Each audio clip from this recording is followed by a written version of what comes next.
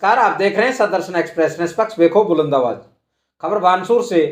जल जंगल चारागाह बचेगा तो पर्यावरण और मानव जीवन बचेगा, शेखावत।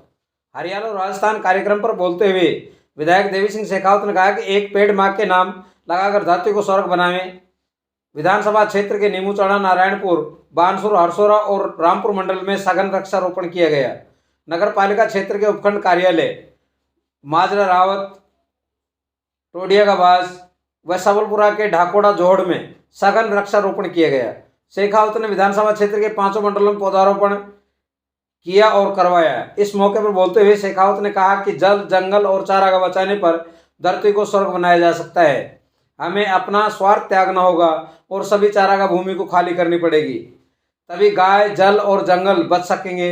उन्होंने आह्वान किया कि प्रधानमंत्री और मुख्यमंत्री भजनलाल शर्मा के आह्वान पर सभी एक पेड़ लगावें और पर्यावरण को बचावें। उपखंड क्षेत्र में कुल 30,000 पौधे लगाए गए।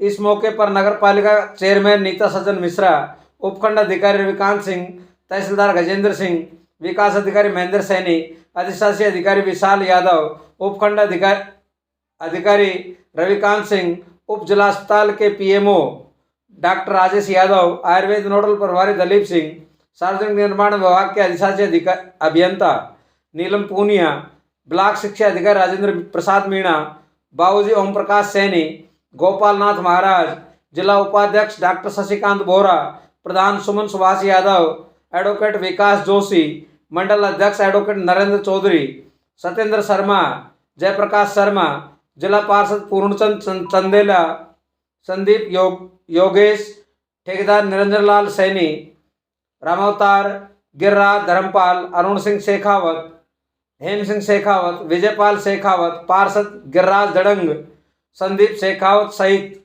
काफी संख्या में महिला और पुरुष मौजूद रहे।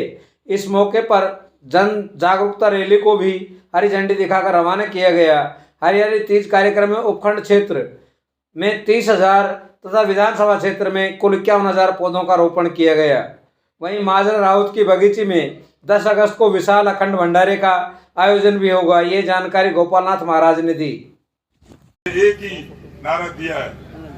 आज जो आप ये देख रहे हैं, इन दिनों में, पिछले दिनों आपने भयंकर गर्मी को सहन किया, उसके बाद जबरदस्त आपने उमस भरी जीवन जिया है। ये 15 दिन कैसे गुजारे सबको आप लोगों को पता है। एक समय था जब चारों तरफ हरियाली हुआ करती थी, पानी की नीजरें चलती थी, अपन 2 फुट 5 फुट खोदे पानी आ जाता था। आज कहीं तक खोदे तो पानी नहीं है। ऑक्सीजन, इतनी बीमारियां जो बढ़ रही हैं, जिसका रीजन यही है कि आज हम वनस्पति को नष्ट कर दिए। ये वैश्विक युद्ध है और इसमें ज्यादा से ज्यादा पेड़ों को काटा गया है, जिसके कारण आज ये परिस्थिति उत्पन्न हुई है।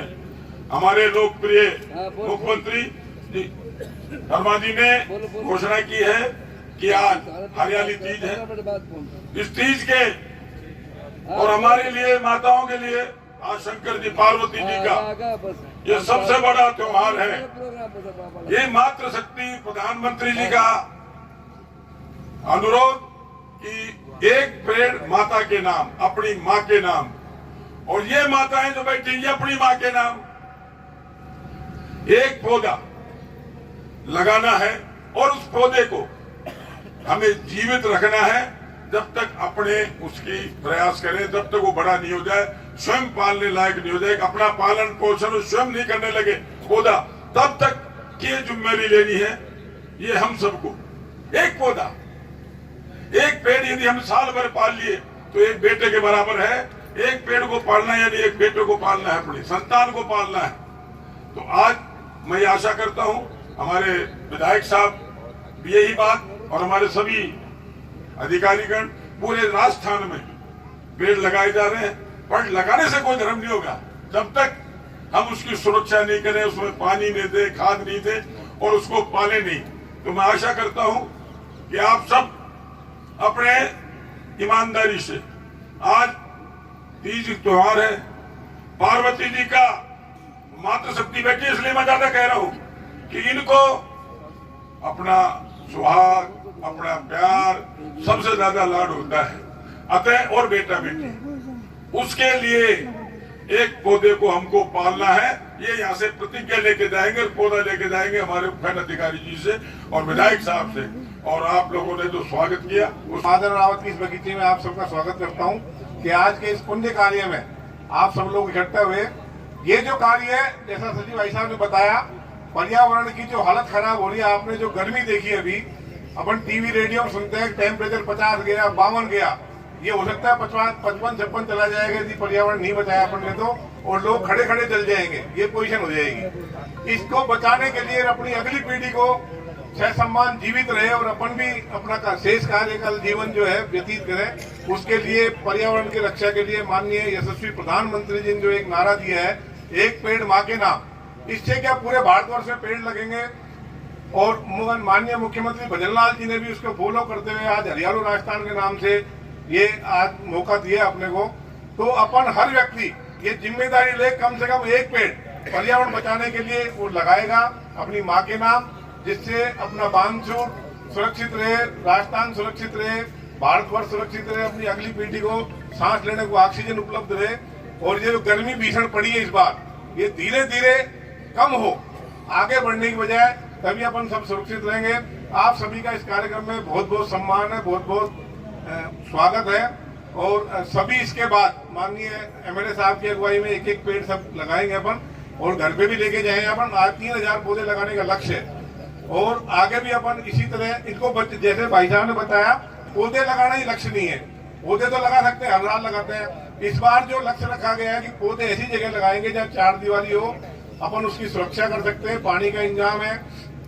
इस बगीचे में भी इसके चारों तरफ हमने तारबंदी स्वीकृत कर दी है, पानी का साधन है। यहाँ शमशान में लगा रहे हैं, वहाँ टोडियावास में लगाएंगे, सभी जगह ऐसे प्रयास किए जा रहे, स्कूल में लगाएंगे जहाँ पौधे सुरक्षित रहे, इनको बचाया जा सके। बहुत बहुत धन्यवाद। जय हिंद, जय भारत। 2 बीघा बड़ी मुश्किल से शाम तक बहता था, अब ये ट्रैक्टर आ गया, शाम 24 घंटे में पूरे गांव की जमीन बातें, नहीं तो एक बड़े जागीरदार के 100 बीघा पूरे आराम से 2 बार लगा देते। ऐसे ही बोरिंग हो गया, कहीं 25 की मोटर है, कहीं 20 की मोटर है, जमीन का जो पानी है वो खींच कर पटक दिया है। हम लोभी ज्यादा हो गए। मैंने वो देखा है, जब कुएं भरे हुए होते थे उस समय गांव के बुजुर्ग केवल 1 बाल्टी से नहाते थे, जबकि पानी की प्रचुरता थी। लेकिन जल का संरक्षण और जल का सम्मान वो इस तरह से करते थे। आज स्थिति ये हो गई कि बरसात चाहे 200 mm अभी ऊपर वाला बरसात देगा, लेकिन लाइट आते हम फव्वारे फिर चालू कर देते हैं। इससे क्या हो गया? इससे हमारा भूजल के स्रोत खत्म हो गए। आज हमारे भूजल के भंडार है ये बहुत खाली हो गए। मैंने पहले विधानसभा में भी ये भाषण दिया। और ड्राई जोन हो रहा है, 0 डे एक शब्दावली आती है। केप टाउन शहर में जमीन में बिल्कुल पानी नहीं बचा, वो 0 डे हो गया। और पूरे हिंदुस्तान में हम लाखों जगह ऐसे, हमारे बुजुर्गों ने 25 लाख तालाब छोड़े थे, हमने केवल 5 लाख छोड़े। आज आप सब बैठे हैं और मैं भी यहाँ हूं। आप ये बताएं, हमारे बुजुर्गों ने गोचर इतने छोड़े और हमने क्या किया? हमने अपने लोभ के लिए उन जमीनों को समतल कर लिया। वहां से पानी बहने का कोई रास्ता नहीं, वहां पेड़ थे, उन पेड़ों को निकाल लिया, उस जमीन का और उस पानी का दोहन किया। गाय का हक हमने खाया, और गाय को गौशाला के लायक जमीन बची है, कहीं 1 बीघा, कहीं 2 बीघा, कहीं 4 बीघा, वहां गायों को रखते हैं। और मेरे को नहीं कहना चाहिए, जो स्वतंत्र घूमने वाला जानवर था उसको बाड़े में बंद कर दिया। हर जगह गायों की सेवा नहीं होती है, और आर्थिक समस्या का भी लोगों को सामना करना पड़ता है। गायों की सही केयर नहीं होने से भी मरती। गायों की स्थिति ये कर दी, पेड़ों की हमने छोड़ा ही नहीं गोचर, तो पेड़ खत्म हो गए। तो हम ये मानव जनित जो हमने ये त्रासदी बनाई है, ये सबके सामने आ चुकी है। अगर हमें अपनी आने वाली पीढ़ी को बचाना है, अगर उसे सुरक्षित करना है, अगर उसे लंबा जीवन देना है, अगर उनके लिए जल का प्रबंधन करना है, और ये जो कैंसर की भयावह बीमारी है, इसका आखिरी जो कारण है और पहला कारण है, वो शरीर में ऑक्सीजन नहीं मिलने के कारण कैंसर की कोशिकाएं उत्पन्न होती। इसी के लिए ये योगासन जो हमें कराया जाता है, जितने योगी जन बताते हैं वो योगासन बताते हैं ताकि हमारे जो सेल है, जहां ऑक्सीजन नहीं पहुंचती वहां ऑक्सीजन पहुंचे और हम कैंसर से पीड़ित नहीं हो। आज बड़ा दुर्भाग्य है, मैं जहां भी जाता हूं कई बार तो ऐसा लगता है कि ये हमारा क्षेत्र पंजाब जैसे कैंसर से पीड़ित हो गया, वैसे ही पीड़ित हो गया। होना जरूरी है, ऑक्सीजन के लिए पेड़ों का होना जरूरी, पानी के लिए पेड़ों का होना जरूरी, गाय बचने के लिए पेड़ों का होना जरूरी और पेड़ों के लिए जमीन का होना जरूरी। तो हम सब जिन भी महानुभावों ने गौचर की जमीनें दबा रखी है वो कृपा करके उनको मुक्त करें। खा लिया कमा लिया जो अलग बात है। और वो गौचर की जमीन हमारे 2, 5, 10, 20 परिवारों की नहीं है, उस गांव में रहने वाले 5000 की आबादी का प्रत्येक का उसमें हिस्सा है। आपके लोग का दंड वो क्यों भोगे भाई? तो हम किसी को भी लोभ नहीं करना चाहिए, डरना चाहिए। प्रकृति संतुलित, हमारे ऋषि मनुष्यों ने इनका पेड़ों का महत्व पहले ही बता के छोड़ा हुआ है। हमने अपनी सीमाओं का पार किया और यही कारण है, मैं फिर कह रहा हूं कि गांव में भी आज किसानी करने वाला आदमी भी ये सोचता है कि उसके एसी हो तो जिंदा रहे। तो हम सब इसको पर्यावरण को संतुलित करें और सभी लोग एक वृक्ष लगाएं। इसके अलावा और कोई हमारे पास चारा नहीं है। जीव जंतु भी बचेंगे, वनस्पति भी बचेगी, हमारी पृथ्वी बचेगी, हमारे आने वाले बच्चे बचेंगे। और मुख्यमंत्री जी ने आज के दिन पर करोड़ों पेड़ लगाने का जो आह्वान किया है, उसी कल्पना को साकार करने के लिए पूरा ये प्रशासनिक अमला बैठा है।